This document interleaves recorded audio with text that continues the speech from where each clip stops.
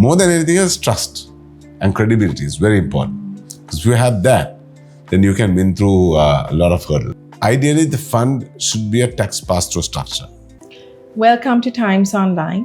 Today we have Mr. Prajeeth Balasubramaniam, the Managing Director of BOV Capital, to speak about the startup ecosystem in Sri Lanka and the way forward. Welcome to the show, Prajeeth. Thank you for having me.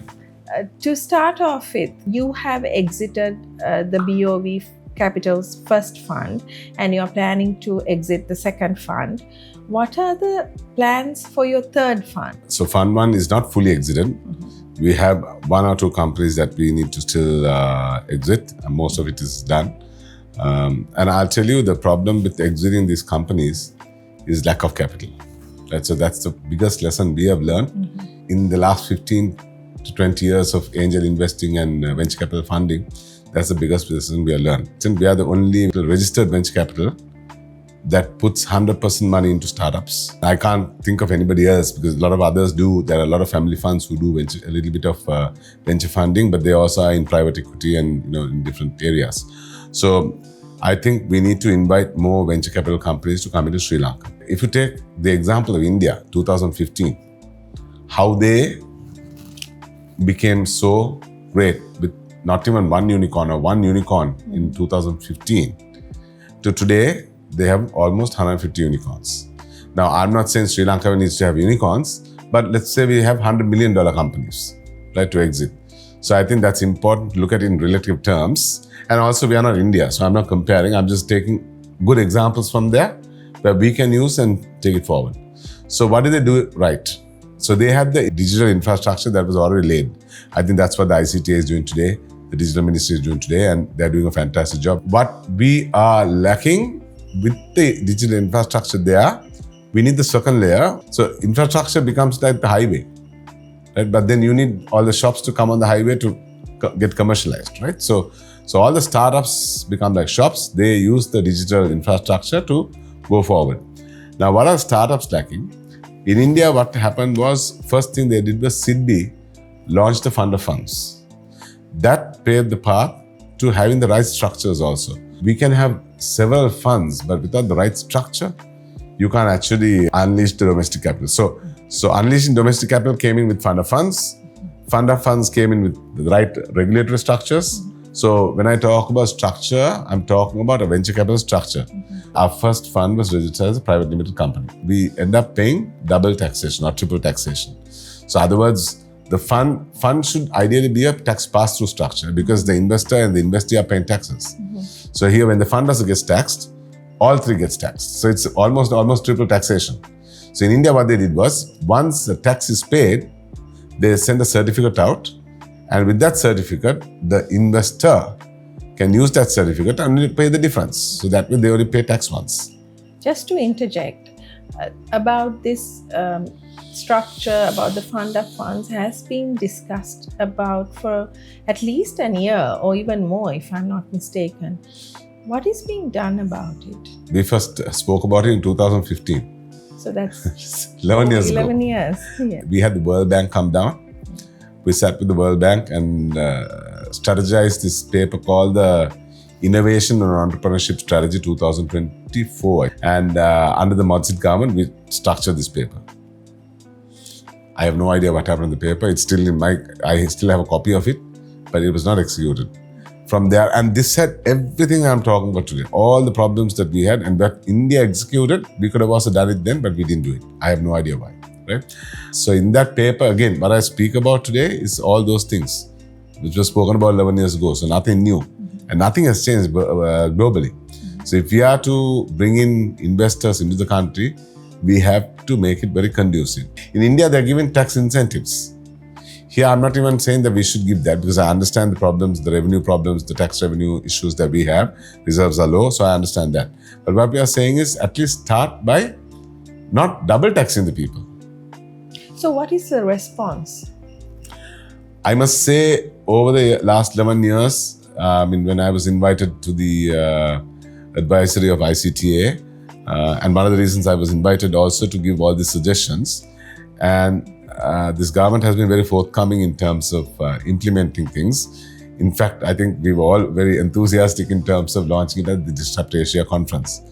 Unfortunately, I think we didn't see the obstacles that came through, which is taking time. They actually honestly tried to do something that would work, but it was almost like a half-baked cake. We all quickly realized it, and then we suggested that it has to be a very clear-cut thing. So like Startup India has clear-cut structures, clear-cut fund of funds, and what's in it for the investor, what's in it for the investee, and how this fund is structured, right? So ideally, the fund should be a tax pass-through structure. That's number one. So the second one is having the fund of funds, which they have already agreed to launch, and they've already announced the $5 million towards the 50 million fund of funds. So that's there. Number three is because we have lack of funding, and I was talking about our fund one having obstacles, is because we have a company here with foreign investors, and we can't move the company out without getting exchange control clearance. We are not able to get funding here, nor we are able to move the company outside. So we're stuck in the mud, right? So ideally, what we are trying to see is if we can actually get a buyer from outside to buy the company out completely. And that would be an option. And there are several other options which I can talk about, but all I'm saying is there has to be an easiness in the exchange control purely for startup, because if there isn't, it becomes a problem. The other thing is, for me, as a local investor, I can only invest $300,000 a year on a $50 million fund. How do I disperse capital? Even if it takes me 5 years, that's not enough. In a venture capital fund, structurally speaking, the lifespan is about 8 to 10 years. In that, you have a 2-year investment period, 5 years of accelerating growth, and the last 2 years of exits. Right? So in that 2-year investment period, if I can only invest $300,000 per year, it's impossible, right? Because what happens is our local startups, when they start here, they need money to go out and spend when they're going out, right? And in some cases, they need to create subsidiaries. So I know in paper, everyone says it's there, but when you put it to practice, it doesn't happen. And that's where we're stuck here. Circling back to the options that you mentioned about maybe taking the company overseas by getting someone overseas to buy it, almost all these options will not sit well with a national perspective, I suppose. Absolutely. I'm not for taking it out. We are working towards bringing every company in Sri Lanka. But you take the best of the companies. Take WSO2. They are not based here. If they were based here, I don't think they would have been able to raise money. I mean, 95% of their employees are here. And that's great because they create employment. But they would not have been able to raise money here. Take MIT, for example. Why did they sell out to LSC so cheap? It's because they thinned out on the resources. If they had more resources here and the conduciveness and the funding, that could have taken them to become a unicorn. Because a lot of the companies here in the tech sector are selling cheap. You're talking 20 million to 100 million. Mm-hmm. I can't see any company that sold more than 100 million, except for the fact that Virtusa went up, but Virtusa also is not a Sri Lankan company.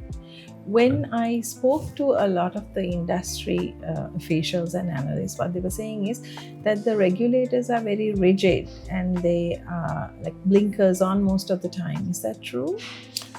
Well, so when you say rigid, they generalize the structure to everybody. And you can't do that. You have to look at the sectors, the industry, and the stages of each company. The early stage companies are different, especially innovation, and when it comes to innovation and technology. Now, you can be a SME. It's like a lot of people get confused between SME and startup. Two different beasts altogether. One is a tortoise and one is a cheetah. That accelerates fast, goes slow, steady, and both come in the race in different ways, right? But my point is two different things. So when you have to go fast, you need to have funding coming in for growth, accelerated growth. Mm-hmm. So if people do understand each of these categories, then they can block certain things for venture capital. And that's what India did best. They understood the startup equation, they understood the SMEs, they understood micro SMEs, and they do things differently. Startup has Startup India and Invest India, which work together. Invest India is for all of India, but in that there is something that they do for startups. So it's important for Sri Lanka to understand that And I know from our side, we may think the policymakers are rigid. It's not fair to say they're rigid. I think it would be more prudent to say that they need to understand and classify each area differently and without generalizing and putting a policy across the board. And I was also told at one point that one of the reasons the exchange control is very rigid is because money goes out and doesn't come back, which is also true. But just because there are a few thieves out there doesn't mean everybody is a thief, right? And you have to create the policy to, And move with the times. Yeah, exactly. Move with the times. Because technology is changing so fast. Every 5 years, you take AI, for example. There was, now it's going to be cognitive soon. It was agentic now. Before it was generative. And before it was just, so every 2 years is moving fast. If the technology is moving that fast, your product life cycle also becomes the window of opportunity is only about 5 to 6 years. And I set up my first fund in Singapore. Second fund I set up thanks to Dialogue, who wanted to put the money here and we set it up. But I see the pain point with the second fund. Even with that, we have done well. We are still in the investment mode. We'll continue to do that. But with the third fund, these are the lessons I've learned from the first two funds. So I've gone and told the policymakers, the regulators, that if we are to bring in investors and commit, then these structures have to be in place. If it's not going to be in place, it's going to be very difficult. And why would an overseas investor come here, put money here, when they can do stuff outside? There's so many other conducive startup environments. You take Malaysia, you take India, you take Singapore, so many places, right? Australia, Dubai, right? So if we want to make this a startup hub, we have to make sweeping changes where it's very simple, very clear cut, so that everyone can use that information and go. And transparency is very important as well. In order to get this ball rolling, what is being done in terms of making the changes?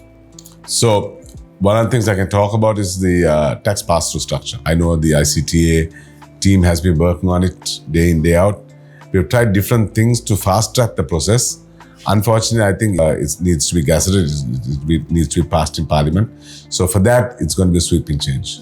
Now that, I was told, will take time.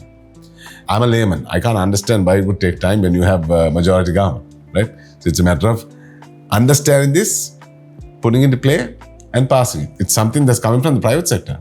We're asking for this. We want this. And because it will make it different. And there's so many examples out there staring at our face saying, hey, we did it, why can't you do it? So many investors come and ask me this question. I just don't have any answers for that. So tax pass-through is one. The second one? Fund of funds, as I said, has been announced. Ease of exchange control for startups. In other words, increase the barrier. 300,000 is not going to be enough. We need at least 1 to 2 million to exchange in terms of, me being able to invest outside, bring outside companies in, or have local companies go outside as a local investor. Every time we want to take a company out, I have to get approval from the Central Bank. And most of these tech product companies become services companies because that's the easy way to make money. But then when you become a service company, you don't have an IP. You're not building a product. It's like owning your own house, right? That's a tangible product, which has an IP, which has a value. Today, if I'm only renting the product, I'm using somebody else's product, a foreign product, and building their market share, building their castle for them. Right? And I'm only a bystander where I make a commission. That's not going to bring the value to the country, I mean, that will create employment for sure. So you need that as well. Don't get me wrong. That creates a lot of employment, and that's also needed. But then when you want to create value for a country, build the unicorns that stick in the country. Like, what people like WSO2 have done, what MIT have done. I mean, credit to them, they build products that are still being operated from here. But unfortunately, we don't own the product. Right? In terms of owning the product, IP is also a discussion that Sri Lanka has been having for some time. And last year, I think these discussions were looking to get materialized in some sort of form. What is happening there? I know that most of my startups, when they want to go and register in the past, they've had concerns about leakages and stuff like that. I always tell them, don't fear. If you have built a super product, nobody's going to take it and go. You just get your market share and move on, right? And a lot of people tend to prefer to register it in a foreign country, especially if you're going global. They're still here. They're still investing here. And that's because I see the potential here. But Sri Lanka is losing a lot of companies and a lot of capital and a lot of Every day. jobs every day Every because day. of this issue. So isn't it time for you to get all the stakeholders together, or is just I think the private sector stakeholders have come together. This time, for the first time, the government also came together with Disrupt Asia. Everyone came together. I must say that was a fantastic Sure. show, because the government for the first time invited the private sector in, and we all came in and had the show together, which actually showcased Sri Lanka in a different way. And people were amazed to see that. And we did what Startup India did. It's a good progression in that sense. But now it's about, getting all these policies changed and, make it very conducive. Will we see something happening this quarter? I hope things will happen. But every day we delay, every day there's a company moving out. Irrespective of getting exchange control, they're moving out in some way or the other, right? And they are setting up companies outside. And that's a loss to Sri Lanka. So I think it's important that we try to get these people in and keep them. Let's talk about the companies that you funded. Insure Me is doing very well in the stock exchange and it's listed. Pick Me is another one. Can we talk about Insure Me, the latest one? So I think all credit to the founders. They gel with the stakeholders. From day one, we moved with the aim of going public. So we tried different strategies out there. We, as investors, we give them avenues to go and talk to people like Policy Bazaar in India and a few others. So they got a lot of experience outside in terms of where they stand against the rest of the world.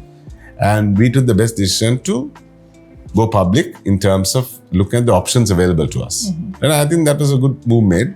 Founders come to us because not just the money, but they need smart money. They want strategies. They need to know how to go forward. They need go-to-market strategies, finance strategies, in terms of planning, in terms of valuation, in terms of how it goes. That's what we do best.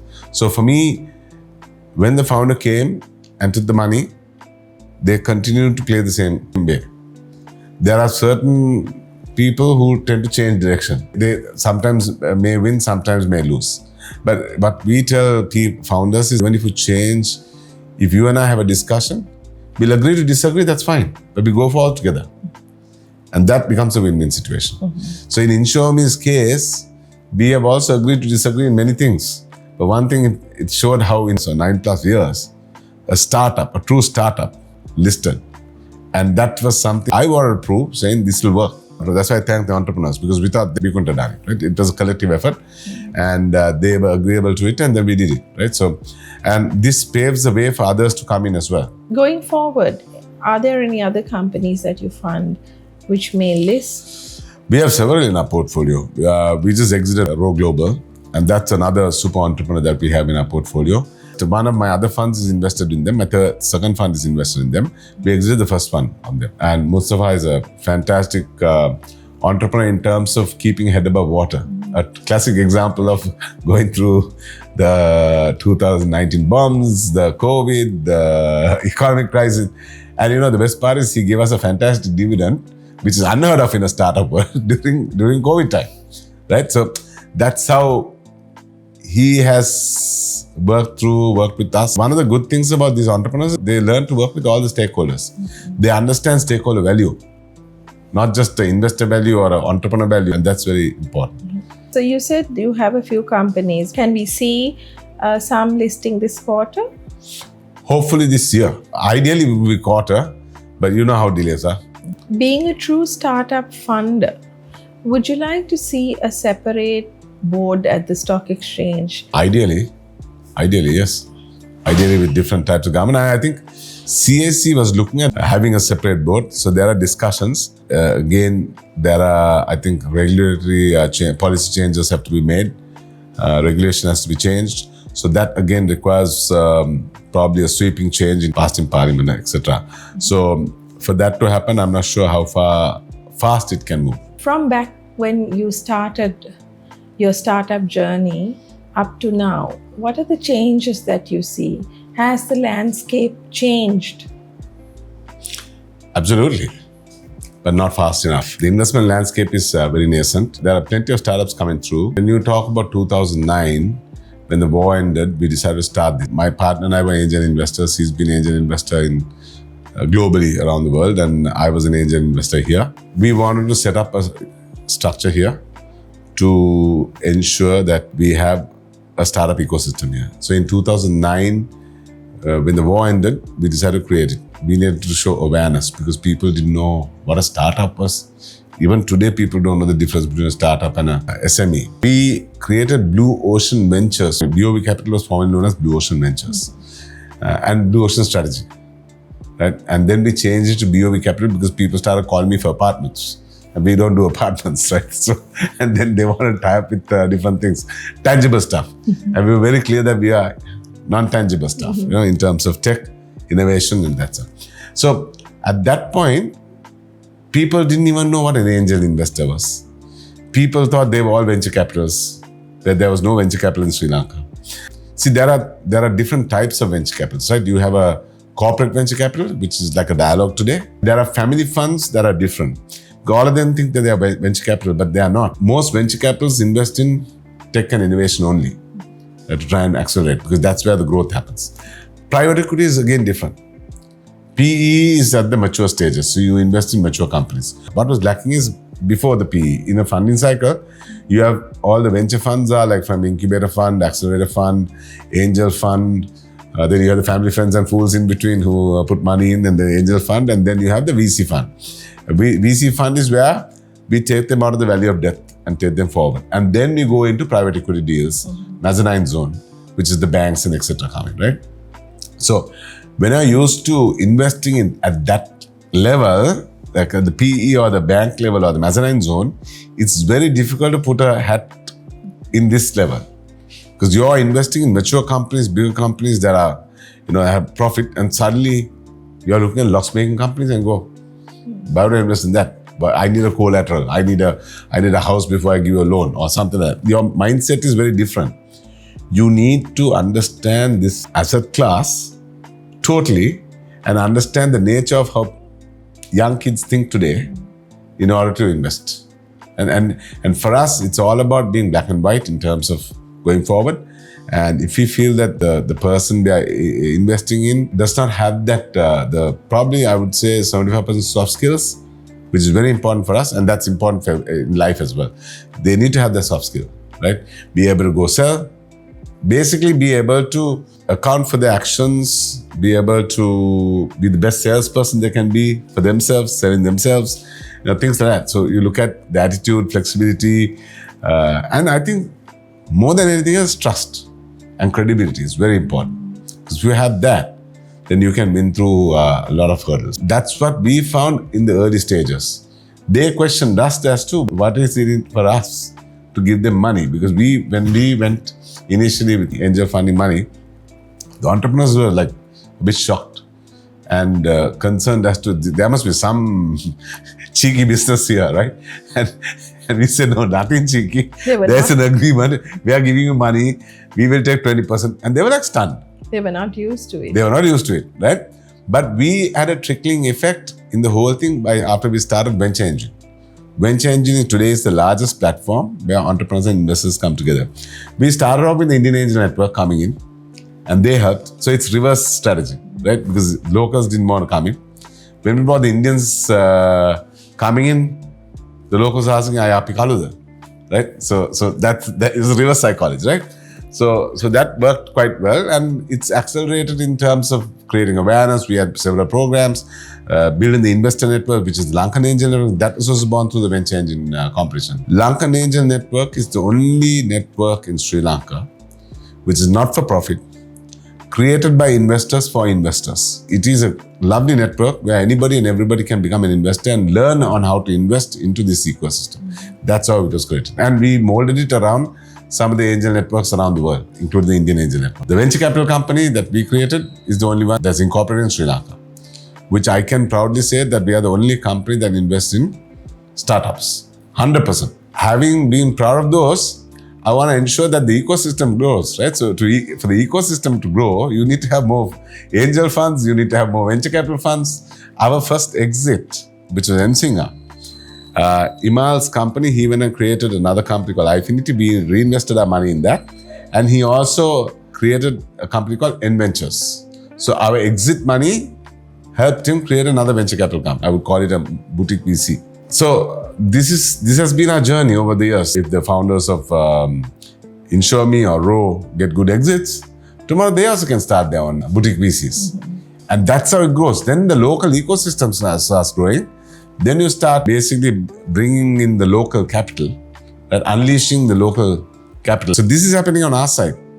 But on the government side, that also has to happen. The structures have to come in. So once that comes together, and that's what happened in India. That came together to create the unicorns that they have today. Thank you very much, Prajeeth, for joining us. And let's hope that the wish list for startup ecosystem in Sri Lanka will materialize at least this year. Thank you very much for having me, and hope the message was loud and clear to everybody listening. And let's hope for the best. Thank you.